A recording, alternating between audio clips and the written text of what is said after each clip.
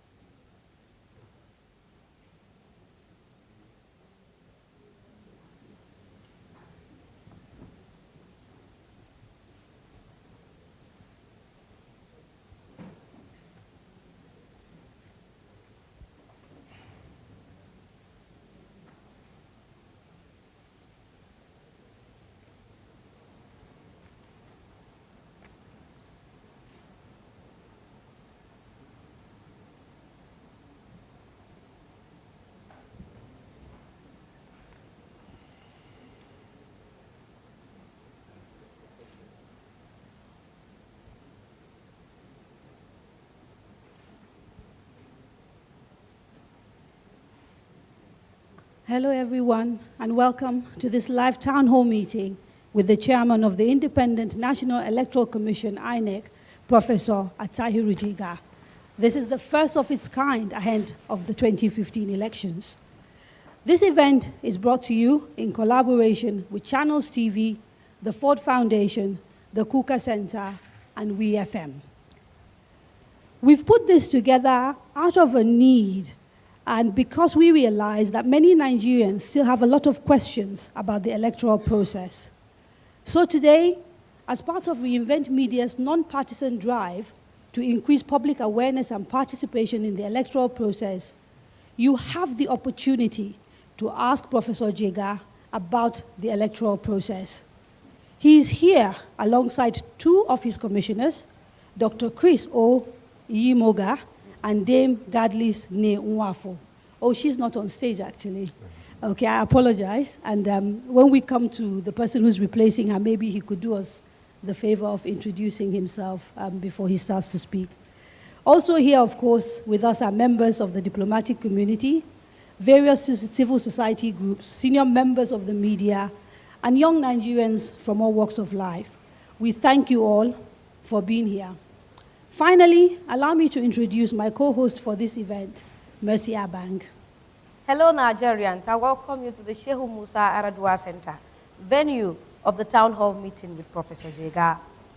For those of you that are not physically present here, we'll be taking your questions online. You can tweet at us using the hashtag AskJega, and you can also post your comment on Facebook at Inec Nigeria. That is www.facebook.com/Inec Nigeria. You can send us an email, inecalert@inec.gov.ng. I thank you for those of you that have been sending in the questions. You can keep them coming. Channels Television is the official broadcast partner for this event.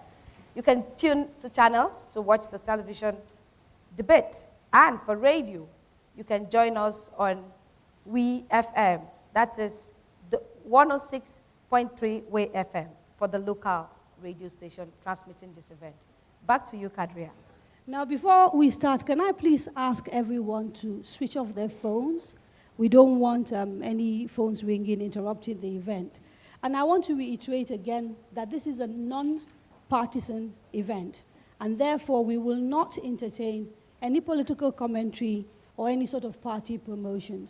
This is strictly a conversation about the electoral process to enable Nigerians ask the people who are delivering those elections about the process.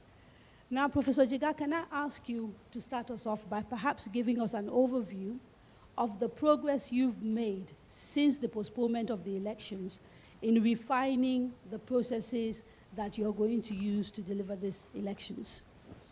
Thank you very much, Kadria, for creating this wonderful opportunity and giving us the honor to be a part of it. The Independent National Electoral Commission has been preparing for the 2015 elections for 4 years. And we believe that we've done everything humanly possible to be able to conduct elections that will be free, that will be fair, that will be credible, and that will be peaceful. And above all, that would be remarkably much, much better than the elections we conducted in 2011.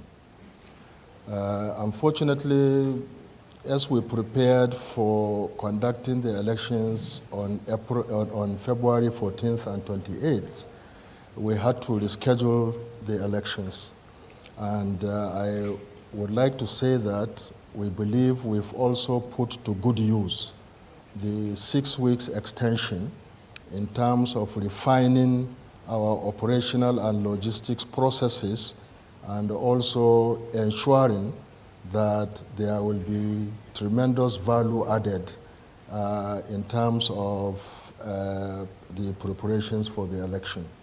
So as I speak with you today, I believe that we are adequately prepared to deliver free, fair, credible, and peaceful elections as an election management body, and we are confident that it will be much, much better than the election we conducted in 2011. Now, before I open it up to the floor, can I ask you to tell us what progress you've made in addressing some of the concerns raised by Nigerians, particularly about the electronic card reader? We used the opportunity of the extension to do further public demonstration of the card reader. Many Nigerians were concerned about the card reader. Some say it's a new technology and it's not familiar, and were concerned that it may not function. We have done quality assurance tests, and we've also done field tests, which satisfied us that the card reader will operate very well. There are four key objectives of using the card reader. And the only one area where there are challenges is with regards to whether the fingerprint scanner would be able to scan fingers. And obviously, we know that fingerprint identification is very challenging in countries like ours, where there are many people who use their hands, whether they are rural farmers or urban artisans and so on. So we've used this opportunity of the period of extension to do further public demonstration of the card reader. And we believe that many Nigerians who have participated in these public demonstrations have expressed satisfaction with the use of the card reader. We feel confident that using the card reader will help us ensure that no clone card would be used in the electoral process, because the card reader would only read cards that have been produced and issued by Inec. We feel confident that for substantial majority of the voters, we will also be able to authenticate them by reading their fingerprints. And for those that for some reason the card reader could not authenticate them by reading their fingerprints, we've already agreed with political parties as to what to do under those circumstances.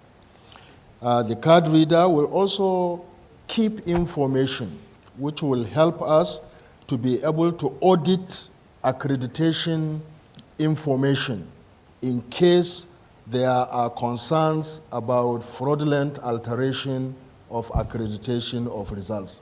And we believe this is very, very important, because we know in the past one of the fraudulent activities associated with elections in Nigeria was the alteration of figures for accreditation. The card reader would be able to keep information about who has been accredited, and to also enable us to send that information to a central database. And if there is any dispute as to who has been accredited, we will be able to use that information to audit a polling unit and to be able to confirm the number of accredited people in a polling unit. And fourthly, Inec has in the past been challenged by being able to do a statistical analysis immediately after the election to tell the public, not only how many people have been accredited, but to tell people what are the demographics of these persons, and how many are in rural or urban areas, and even the age categories of these people. We believe that using the card reader will enable us provide this information with regards to accreditation of people who have come to participate in the electoral process. So there are four key objectives of using the card reader, and we are satisfied that in at least three, it works 100%, and in one of them, it works on average of 60%. So we believe there will be tremendous value added in using the card reader, and if we do not use it, then obviously we will lose in many fundamental respects. In particular, we may inadvertently allow people to be using the old practice of altering accreditation results in order to negatively influence the outcome of the elections. Professor Jega, thank you so much. Before I start taking questions from the audience, let me quickly introduce the two other INEC commissioners that are here with Professor Jega. We've got the Director of ICT INEC, Engineer Chigi Nwafo. Sir, welcome. And we've got the Director of Voter Registration, Engineer Emmanuel Akere Akim. Sir, welcome. Okay, so it's time to begin the conversation. Who wants to start us off? Questions from the floor, please. Okay, a gentleman right at the back, wearing green and a cap. Could you please tell us your name, the organization you represent, and then ask your question? Mr. Chairman, honorable members of the House, good morning, everybody. I'm Mr. S.B. Bafunshaw, Chairman, Justice and Equity Organization. We are very grateful for the wonderful work the Commission has been doing.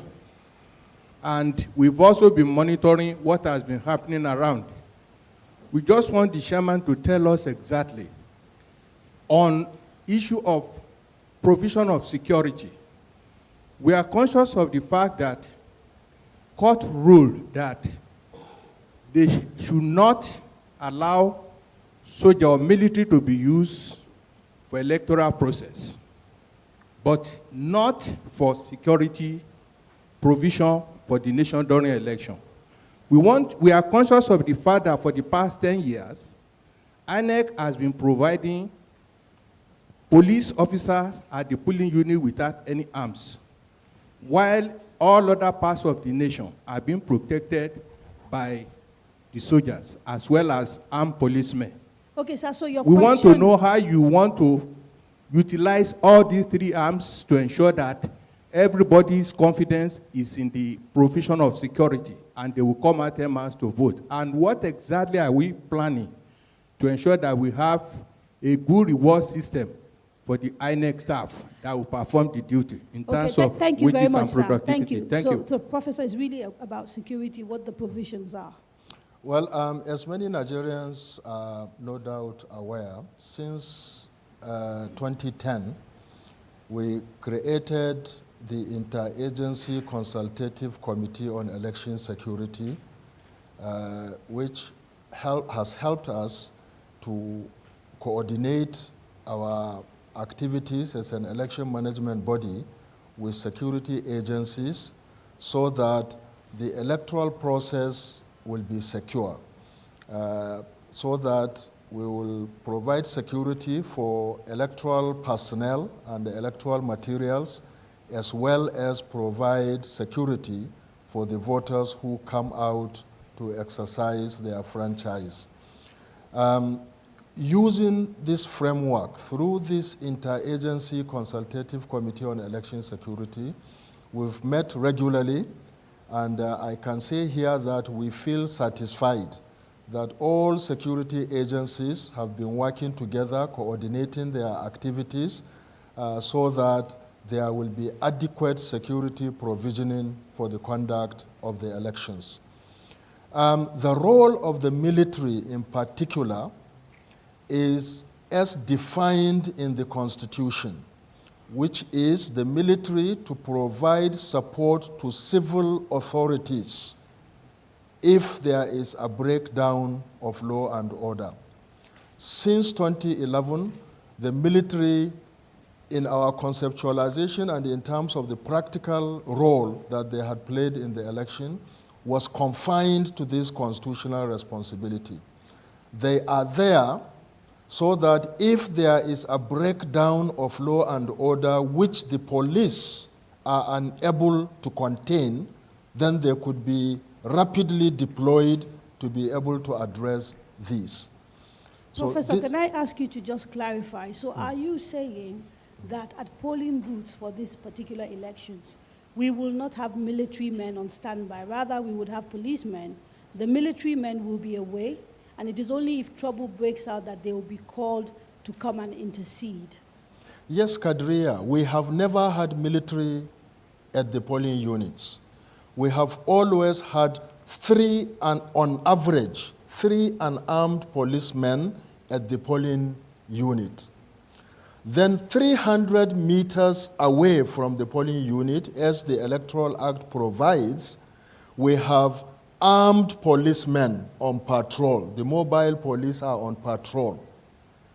Then we have what we call the outer peripheral cordon, manning checkpoints, border points across states to minimize movements.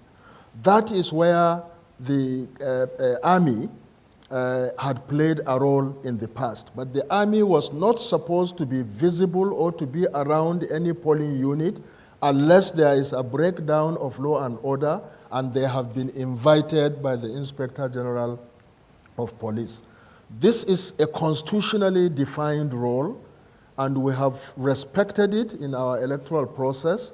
And so really, for us, as far as we are concerned, the role of every security agency, as it affects the electoral process, is to add value, but within the constitutionally defined roles or legal roles of these agencies.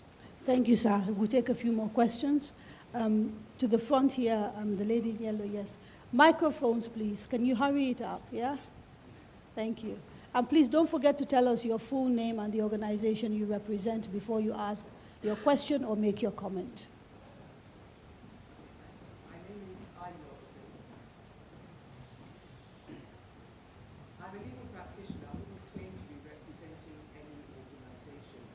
I'm a registered voter. Could you put on the mic? Thank you. Sorry. So start again, please. You have to put it on.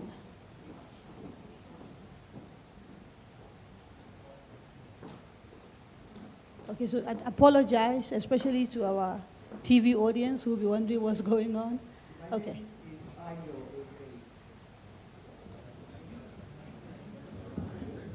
Ayo. Give her the mic and move out of the way. My name is Ayo Obey. I'm a legal practitioner. I don't claim to be representing any organization, but I am a registered voter. And I'm one of the, I won't say few now, who have collected their permanent voter's card, but one of a majority, but not necessarily the entirety of the registered Nigerian voters. So my question is really both to Professor Jega and to the director in charge of voter registration. Because Professor Jega had spoken about the card reader, but of course the card reader hangs on the card. And there are so many questions that come to mind in relation to that. Just off cuff, why didn't we use iris technology instead of fingerprints, knowing that we are a rural community, if we wanted to have biometric identification of voters? But beyond that, there had been a statement by Inec after the February 14th deadline approached to say that it would be satisfied with the 65% distribution of the cards. Now, that figure came out of the blue for many Nigerians, and it hadn't been explained. The rationale behind it wasn't clear, whether it was 65% in one part of the country or 65% in other parts, so that the whole exercise now became mired in controversy about the disenfranchisement of 35% of Nigerians. And it's clear now that there are some areas where there's been no distribution of cards at all. In other areas, there have been people collecting by proxy, so that... Do you have specifics? Because then maybe they can... Well, there was an area of Edo State where it was admitted that 3 local governments, the permanent voters' cards, I don't have the exact one, but I'm sure that the Inec personnel are very well aware of it, that there had been 3 local government areas where no distribution of cards had taken place at all. And against the background where whatever the good intentions of Inec are, they are falling into a pool of distrust I wonder the extent to which the INEC machinery or the INEC distribution had really taken on board the importance of clarifying these issues. When we hear that 500, somebody is arrested with 500 cards, then that to us means that 500 people on the voters register don't have their cards. Okay, so What steps are being taken, firstly, to make sure that, I mean, apart from the distrust that's occasioned by people believing that INEC was in fact not ready on the 14th of September, that INEC has not made arrangements for those who have temporary voters' cards and are therefore on the voters' register. What Okay. arrangements are being made for them to vote? And if you are only going to use the permanent voters' card, are you not, in fact, disobeying the provisions of the Electoral Act, which require those who are registered to be able to vote, given that those with temporary voters' cards, in fact, are on the voters' register? I'll stop there. thank you, Aaron. Yes, please. We are doing everything possible to ensure that every registered person gets his card and also participates in the electoral process. First of all, our laws, our own regulations and guidelines for distribution the cards prohibit collection by proxy. Yes, so it happens in the breach wherever we have information and specific people identified doing it, we have penalized them. So, but if we don't have the information, there is not much we can do about it. But collection by proxy is prohibited in our guidelines. Our staff are aware of it, and the few people whom we have evidence have done collection by proxy, we have penalized them. What penalty? What's the penalty? The penalty is a disciplinary action. For INEC Yes, staff? for INEC staff Right. who are supposed to distribute, who know they are not supposed to distribute, is in fact misconduct. If you go through the disciplinary process and it's established you have done that, you may even lose your job. So, but we give them fair hearing and they go through the disciplinary process. But if we don't have that information about a specific person who has breached these guidelines, there is a limitation and a constraint to what we can do. But we've told everybody right from the beginning that collection of cards by proxy is not permitted. And the reason, the simple reason why we said there should be no collection by proxy, even though it meant less and less people would collect their cards, is because we know in our own context, once you formalize collection by proxy, then politicians and other people will arrange syndicates to be collecting cards. You know, and so we have ensured that in our rules and regulations, collection by proxy is not permitted. But we are doing everything possible to ensure that any registered person on the register has his card or her card before the date of the election.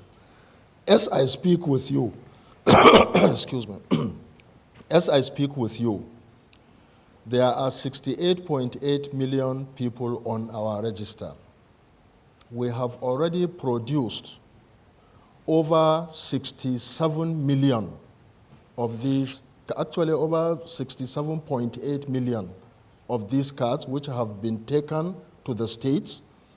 So, but the level of collection, as I speak with you, nationwide, is about 56%.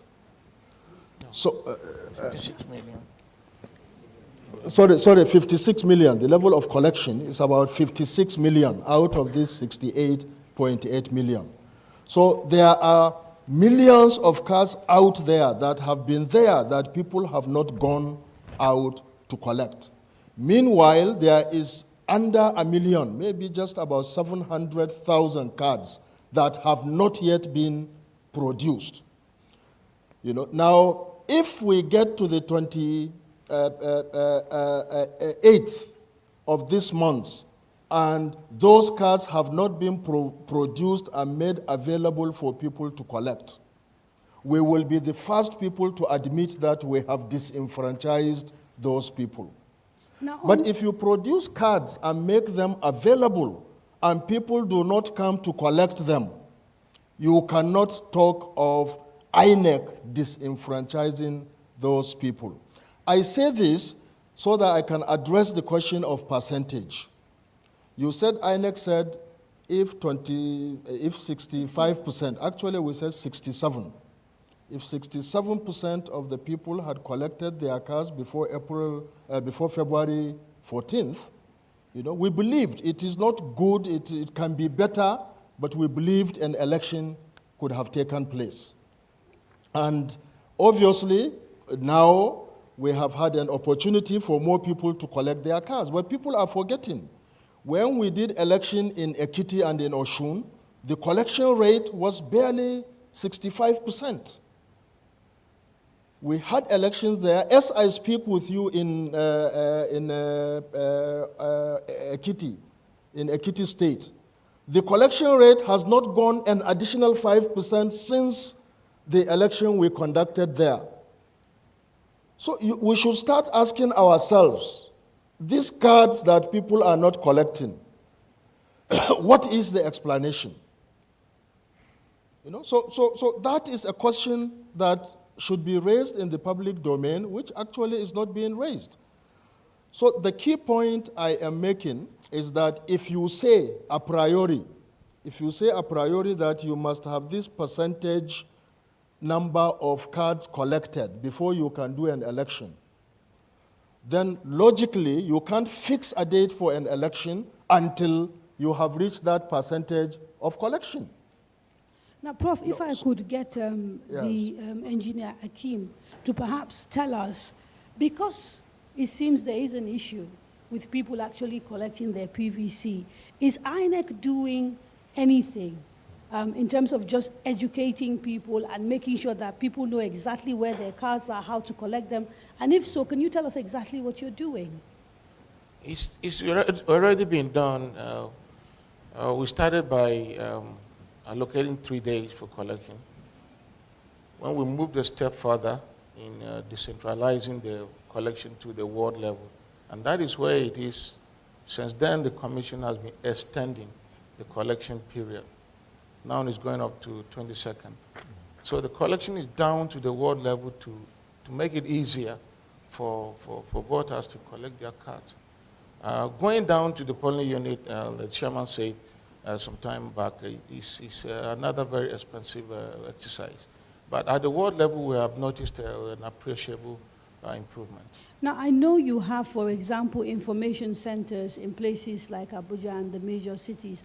And so the question is, for the people in the rural part of Nigeria, for example, are there areas where they can sort of go to, or telephone numbers that they can contact that are localized to their own area so that they can get information from INEC? No, it's been well publicized. Like in Abuja, the FCD came up with the names of the locations where you can go.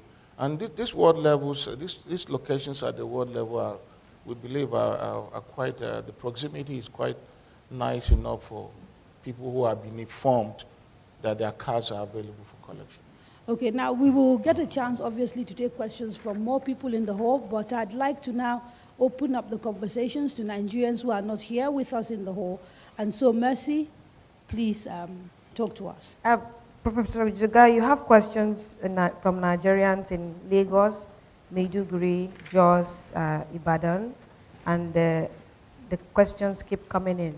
But I'll start with those that are writing on our Facebook page. Nwabune Christian is asking, why is it that some local government in Lagos State, like Oshodi, Isolo, Alimosho, Kosofe, Ikorodu, etc., are yet to receive their PVCs?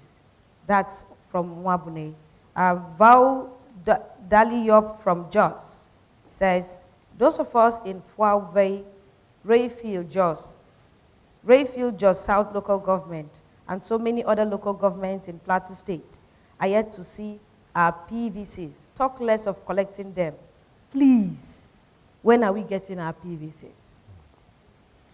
Yusuf Ademola is writing in from Oyo. Sorry, I want to take 5 questions, then have you respond to them before I take them one after the other.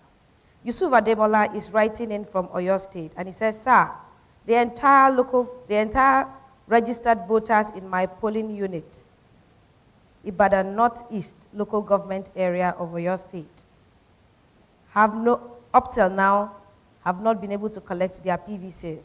We are all gathered together at our local government Inec office, but it proved futile.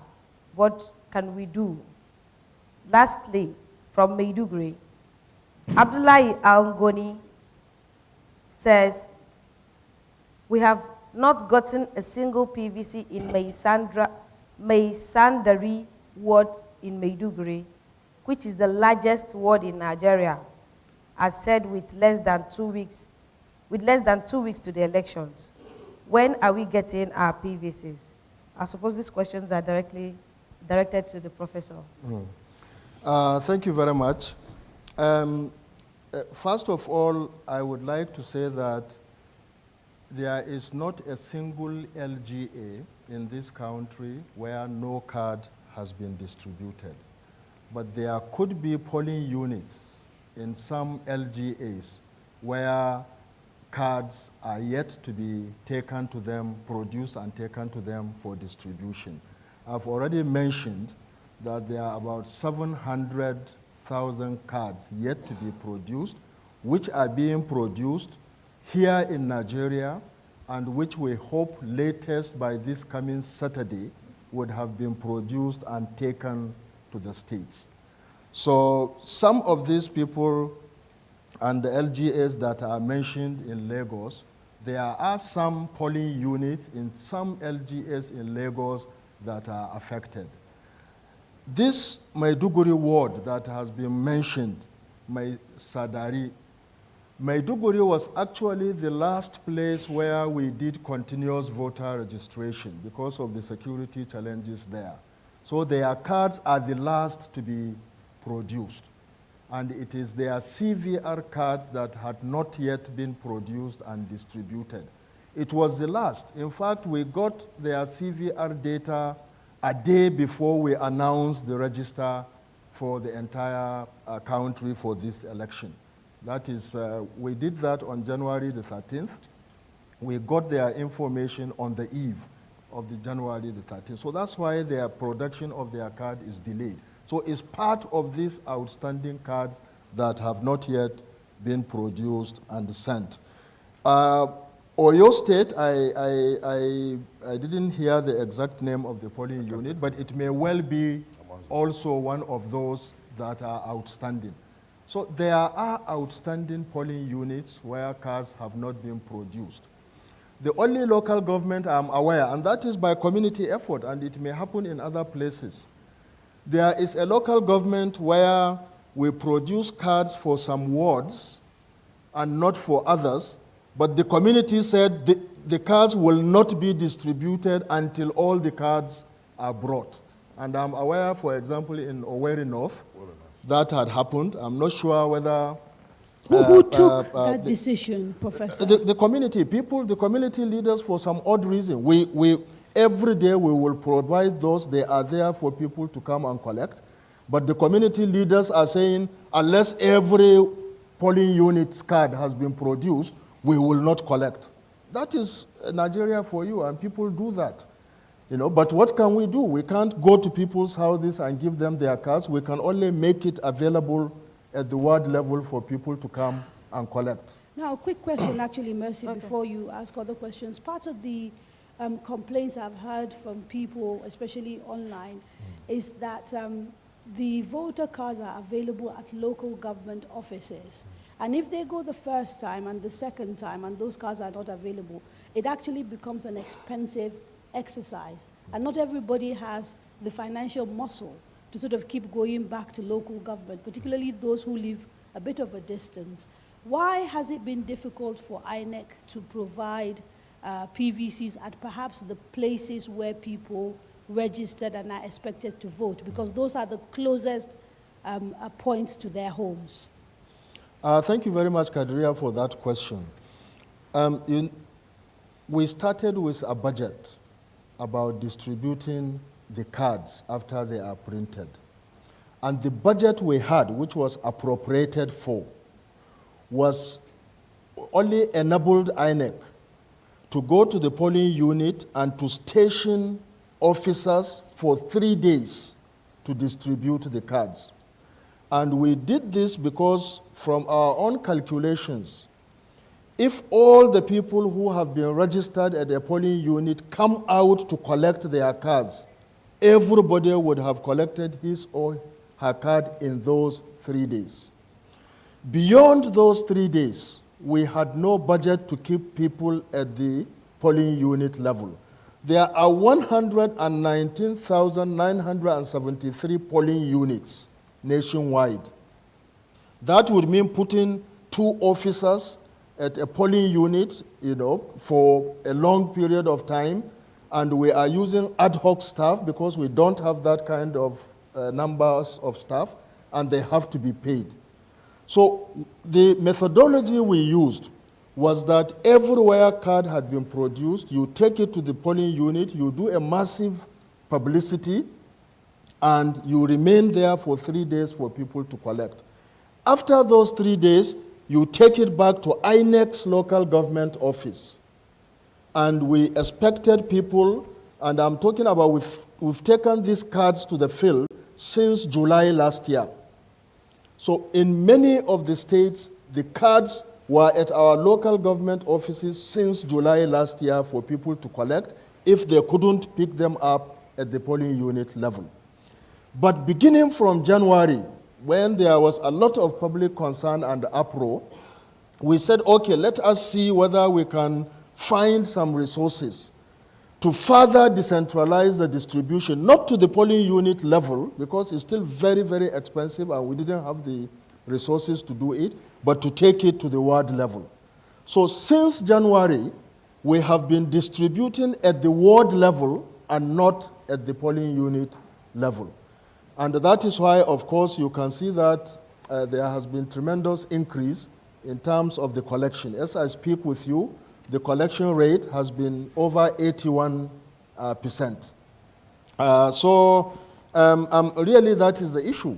We do not have offices at the ward, polling unit level, or even at the ward level. So it's a very, very expensive to do that, and there was no financial provision for that. Professor, you talked about the budget you have for 3 days. Who is currently funding the operations of the ad hoc staff that are distributing the PVC? We are distributing not at the polling unit level, but at the ward level. I have mentioned that. Okay. What we do not have budget to do, was to distribute at the, polling unit level. And even the distribution we are doing at the ward level came much later. So there is shorter duration of time, and we had to look for resources to be able to do that.